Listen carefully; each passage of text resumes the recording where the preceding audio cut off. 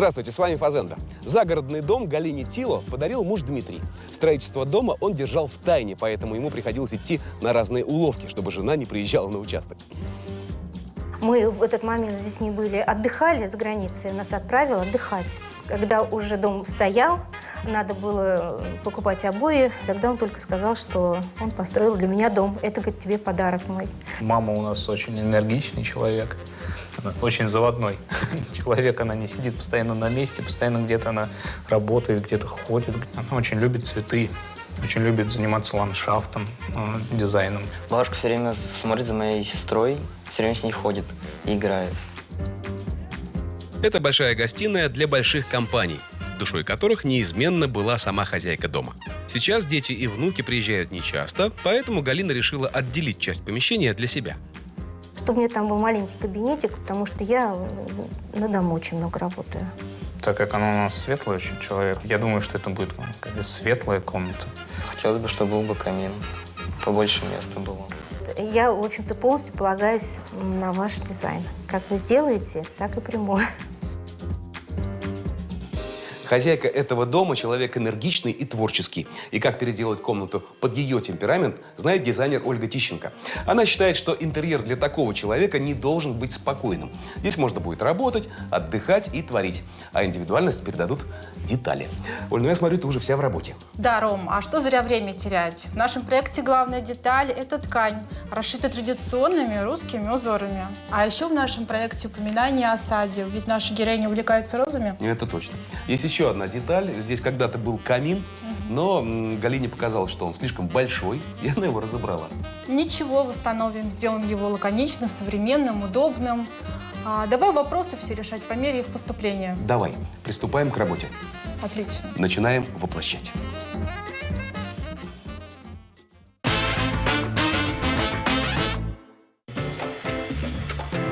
Помещение свободно, можно работать.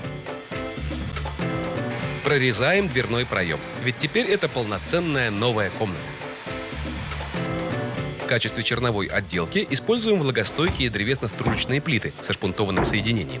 Зашиваем ими пол и стены. Для стен используем плиты толщиной 16 мм. Высокая плотность материала обеспечит прочность любой конструкции. Поэтому возводим из плит одну из стен комнаты.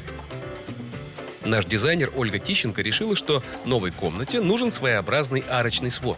Для этого крепим на потолок заготовки и соединяем их металлическим профилем. Расслабиться и согреться поможет компактная печь-камин отечественного производства. Ее и устанавливаем в углу комнаты. В режиме длительного горения эта печь будет поддерживать здесь тепло целых 8 часов. Окрашена печь-камин жаропрочной краской. Теперь готовим к покраске стены. Грунтуем и шпаклюем. Печь облицовываем шамотной плиткой. Шамот – это глина, которая в процессе обжига теряет свою пластичность, но при этом хорошо формуется. Ее главное свойство – огнеупорность и теплопроводность. Мы выбрали плитку с цветочным рисунком вкусного пряничного оттенка в сочетании с оливковым и цветом льна. Наш камин готов. Арочный свод оформляем полиуретановыми молдингами для стен. Они хорошо гнутся и легко крепятся. Располагаем их близко друг к другу, чтобы создать ярко выраженный вертикальный ритм. Усилит впечатление цветочные детали. Такой динамичный свод стал акцентным элементом всей комнаты. А сейчас давайте заглянем на минутку к Ольге Платоновой. В чем можно преподнести цветы любимой женщине? Да и почему только цветы? Можно использовать в украшении сада и заодно избавиться от ненужных в хозяйстве плафонов. Для подвесной вазы делаю крепление из проволоки. Мне нужны на проволоке 3 петли. Их легко сделать с помощью карандаша. Оборачиваем проволоку вокруг карандаша. Это будет первая петля. Примеряем, делаем вторую. Отступаем еще, появляется третья. Закрепляем проволоку на плафоне с помощью скрутки. Начинаем превращать плафон в подвесную вазу. Перед тем, как красить, размешайте пигмент шариком на дне флакона. Только потом встряхивайте баллончик. И вот красим. В лиловой вазе будут хорошо смотреться сирень, орхидеи и цветы любых розовых оттенков. Следующий плафон будет желтым. Ну, посмотрите, какая красота получилась. Одна ваза у нас с вами будет настольная. В нее посадим гиацинты. Аккуратно расставляем в вазе уже выгнанные гиацинты. Добавляем землю. Украшаем композицию мхом. А вот эту вазу подвесим на цепи. Крючки вставляем в приготовленные петли. Наливаем воду и пойдем вешать.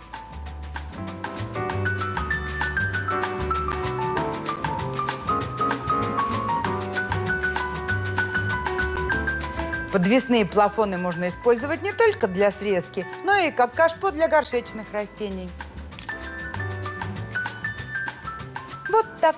Немного смекалки, и ненужные плафоны превратились в симпатичные вазы.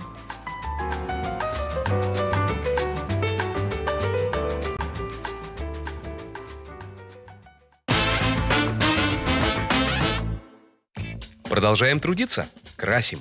Фоном станет светлый пыльно-розовый оттенок. Он придаст пространству мягкость и нежность. Этот цвет позаимствован у роз, которые так любит хозяйка дома. Другую стену выкрашиваем в более яркий оттенок, приглушенно-лавандовый. Он нужен для насыщения цвета будущих штор. Этим же цветом обводим и дверной проем. Увеличиваем его высоту визуально. Топить печь можно только сухими дровами или угольными брикетами. Что любопытно, комната начинает отапливаться уже через 10 минут после розжига. Мощность такого камина 10 киловатт. Этого будет достаточно для обогрева комнаты площадью 90 квадратных метров.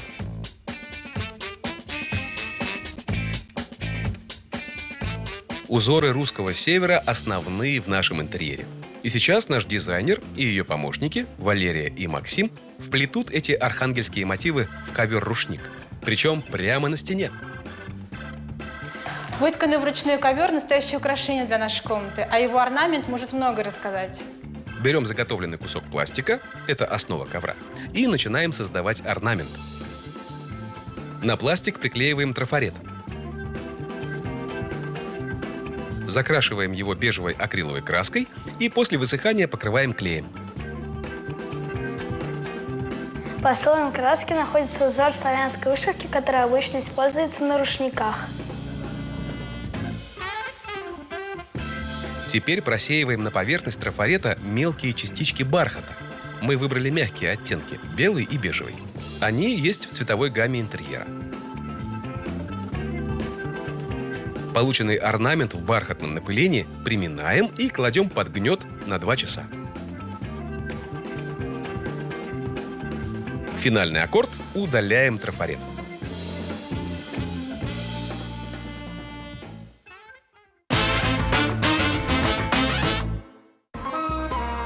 В качестве карниза выкладываем элегантную глазурованную мозаику ручной работы. Она выполнена из глины. Каждый резной элемент напоминает лепесток в парчевой обводке. Вот такую мозаику мы выкладываем на стыке стены и потолка, а в зоне отдыха немного занижаем уровень, чтобы выделить это пространство. Динамичный узор из мозаики просто завораживает.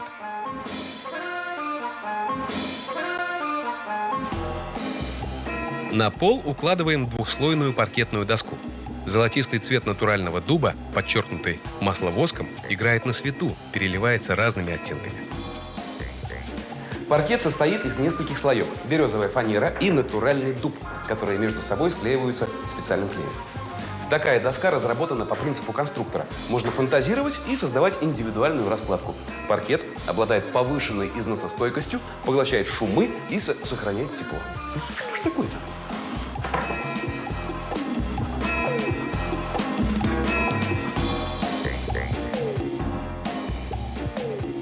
Плинтус красим в наш лавандовый цвет.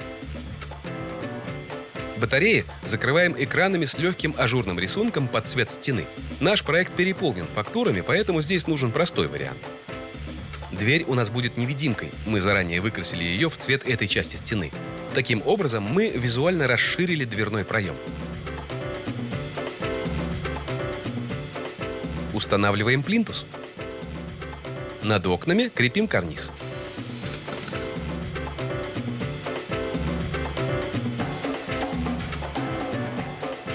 Пока идет работа, архитектор Илья Верин даст нам полезный совет.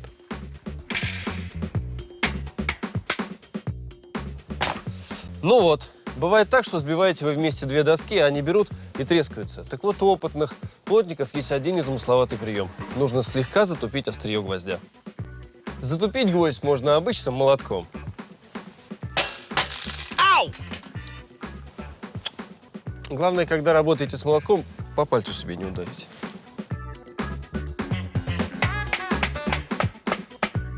Вот видите, я слегка затупил острие гвоздя, и теперь этим тупым гвоздем я буду сбивать доски. Естественно, эту операцию надо произвести со всеми гвоздями, участвующими в процессе.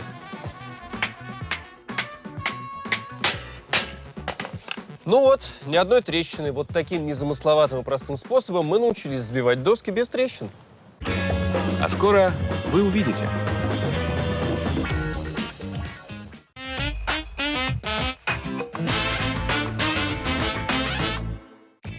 Текстиль придаст особое очарование комнате. Классический тюль спокойного льняного оттенка – отличный компаньон для нашего интерьера. А вот и та самая ткань, которая вдохновила дизайнера на его создание. Но теперь ее рисунок в виде ультрафиолетовой печати.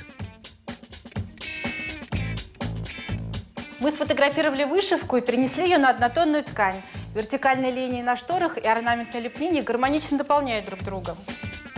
Цвет стен выгодно оттеняет наши шторы и служит им своеобразным фоном. Окно у рабочего места декорируем в иной стилистике. Здесь лаконично смотрится яркая римская штора. С ее помощью легко получить нужное освещение.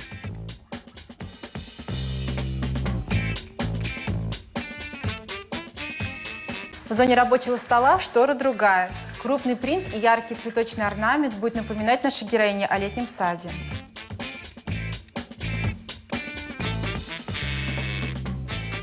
Дизайнер Олег Заярский предложил сделать оригинальное дверное полотно. Вот с такого бруска 5 на 5 я сейчас склею дверное полотно, используя клей и саморезы. Промазываю каждый брусок с одной стороны клеем для дерева. Теперь склеиваю все бруски и стягиваю саморезами для надежности.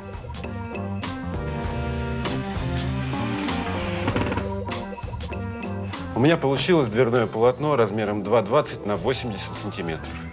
Я хотел бы придать ему элемент винтажности. Для этого брошюрую его, используя болгарку с металлической щеткой.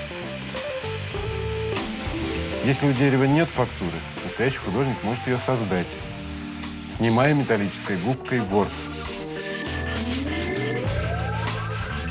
Теперь это дверное полотно я загрунтую специальной краской, которая полимеризуется с помощью ультрафиолетового света. Это будет фон для будущего рисунка. А рисунок на этой двери я планирую напечатать. Данный станок позволяет осуществлять полноцветную печать на любых поверхностях. В нашем случае это древесина, и печатаем мы узор, который доминирует в проекте. На полотне начинает проявляться заданный машине рисунок. Ох, как не терпится увидеть готовую дверь в интерьере.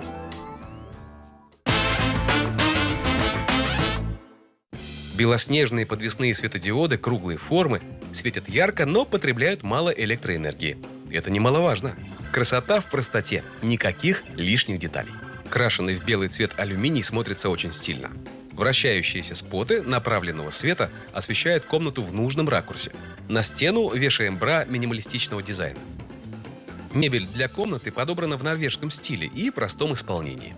Диван с обивкой под мешковину раскладывается по системе Еврокнижка.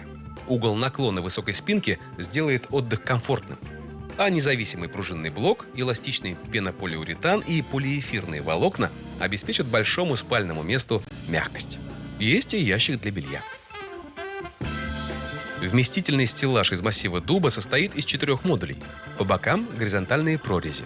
Это делает его менее массивным и более воздушным. В рабочей зоне ставим дубовый стол. Небольшой, но здесь поместится все необходимое. Рядом плетеный стул. Интересно, что на его плетение ушло 120 метров крепкой веревки. Дополняет нашу ритмичную комнату консоль насыщенного шоколадного оттенка с узором в том же северном стиле. Два ярких пуфа, кажется, совершенно выбиваются из гаммы интерьера. Но именно они задают интерьеру по-весеннему живой, сочный тон. Ну а секрет пуфов внутри – это место для хранения. Рядом с камином ставим два кресла с обивкой эко-замши. Приятный кофейный оттенок гармонирует с шамотной плиткой на камине. И столик из прозрачного полиуретана. Он растворяется в пространстве. В нашем проекте произошли изменения.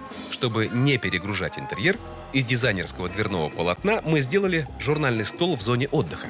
Все просто и вкусно. Влад Пескунов тоже считает, что все вкусные блюда просты в приготовлении. Сегодня буду готовить лакомство, которое называется московская плюшка. Обычно такие плюшки готовят из остатков теста после выпечки пирогов. Поэтому сегодня у меня опарное сдобное тесто, и я буду готовить из него московскую плюшку. Я отрезал примерно 100 граммов теста, округлил его и раскатываю в тонкий блин. Чем тоньше будет сочень, тем интереснее получится плюшка. Растоплю сливочное масло, чтобы смазать им сочень.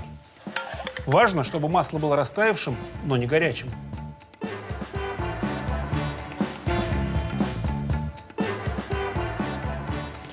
Смазанный сочень посыпаю сахаром и корицей.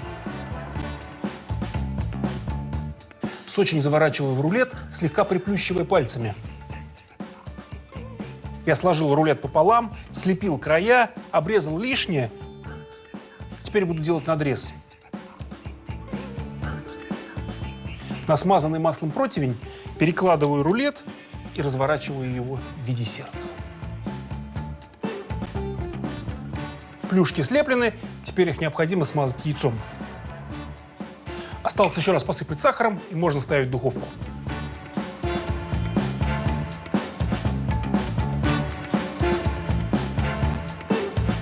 Плюшки выпекались примерно 20 минут. Они хороши как горячие, так и остывшие. Приятного аппетита!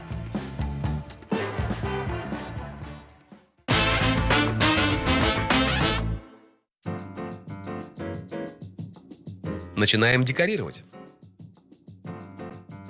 На стену вешаем дизайнерский ковер. Его узор напоминает о теплом и уютном деревенском доме. Для домашней атмосферы и забавные подушки с надписями. А на этих подушках вышивка, которая повторяет узор ковра. Стеклянные бутыли цвета марсала созвучны стенам. Изысканная керамическая шкатулка, свечи с множеством роз. А для романтики – классические длинные белые свечи. Рамки подойдут для семейных фотографий. Разбавит сдержанные краски интерьера фруктовый микс и весенние ирисы с тюльпанами. Более выразительным наш спокойный интерьер сделают яркие подушки с розами. Около камина чайная пара. Белая керамика с шоколадными крапинками смотрится празднично. Для разнообразия необычная кашпо цвета индиго. Настольная лампа у нас на сенсорном управлении. Достаточно дотронуться до ее корпуса, и режим поменяется. Напоминание о саде – бутон розы в стеклянной вазе. А вот такие забавные надписи в рамах просто поднимут настроение. В стеллаж ставим нужные папки и книги, которые мы обернули в синюю бумагу. В шкаф прячем свечи. На даче они лишними не бывают. Пригодится и бордовая ваза ломаной формы. Льняной фартук для хозяйки расшит вручную северными узорами. Располагает к беседе и отдыху чайник. Он подогревается свечой. А свежие ягоды заряжают бодростью и энергией. Ну и, конечно, весенний подарок – солнечные желтые тюльпаны. Цвет декора белый, зеленый, синий мы взяли из наших ярких штор с цветочным орнаментом.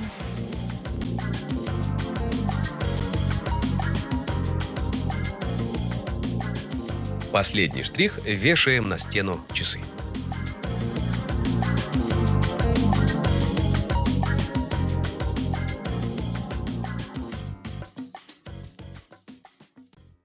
А скоро вы увидите. Ой, камин! Камина вообще не ждала.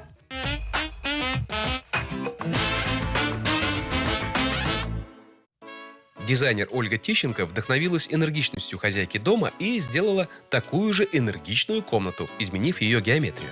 За декоративную основу была взята ткань, расшитая в традиционных узорах русского севера. Она появляется здесь в совершенно разных интерпретациях. Комната получилась женственной и нежной. Настоящая комната для мамы.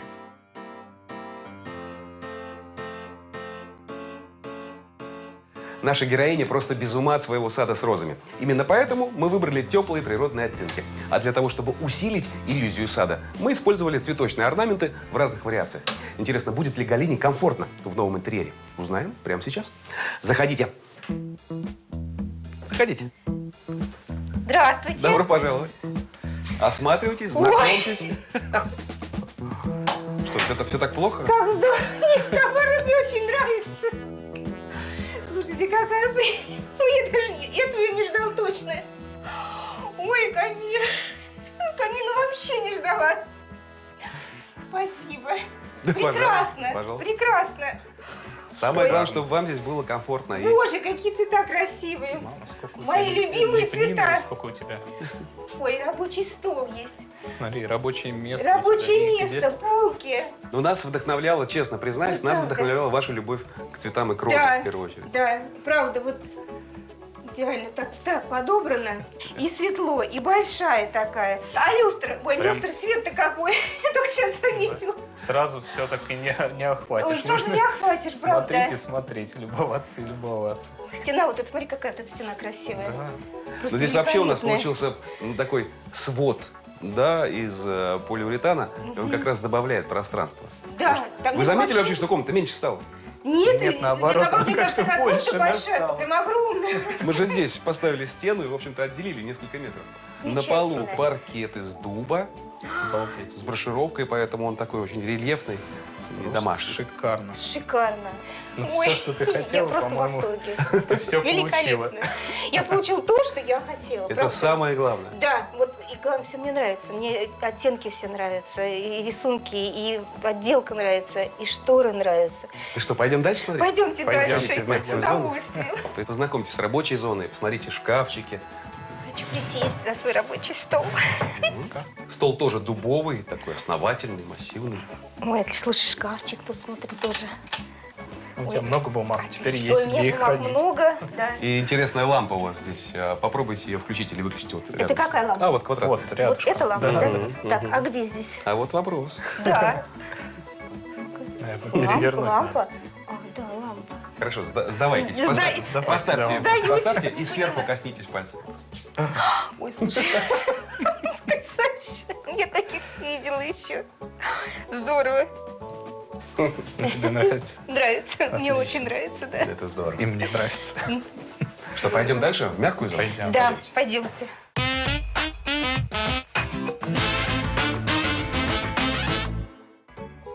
Проходите, присаживайтесь. Ну как? Ты, какой удобный диван. Мягко. А один еще такая, да, под мешковину. Ой, как здорово.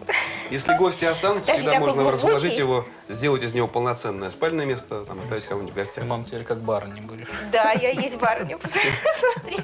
Смотри, какой глубокий такой вообще. Так здорово. И подушки с секретом. Здесь, видите, например, это для утра сторона, а это уже Ух ты! на вечер. Какая интересная подушка. Потом у вас новый журнальный столик. Здесь, видите, цельная такая столешница, да, из дерева, на которую мы перенесли узор с занавесок. Да? Вот это, конечно, очень креативно и модно. Да, вот это вообще. А здесь еще один сюрприз. Во-первых, в пуфиках есть место для хранения, Ух ты! а здесь плед для вас. Спасибо. Ну и еще нам помогло расширить пространство и немножко его изменить. Вот эти карнизы из глазурованной мозаики по периметру, видите? Да, да, да. Очень красиво выглядит. Мне кажется, что и потолки очень высокие. Да, и потолок такой, вообще, как все выросло, и комната стала больше. Вот я была потрясена тем, что попали в цвет.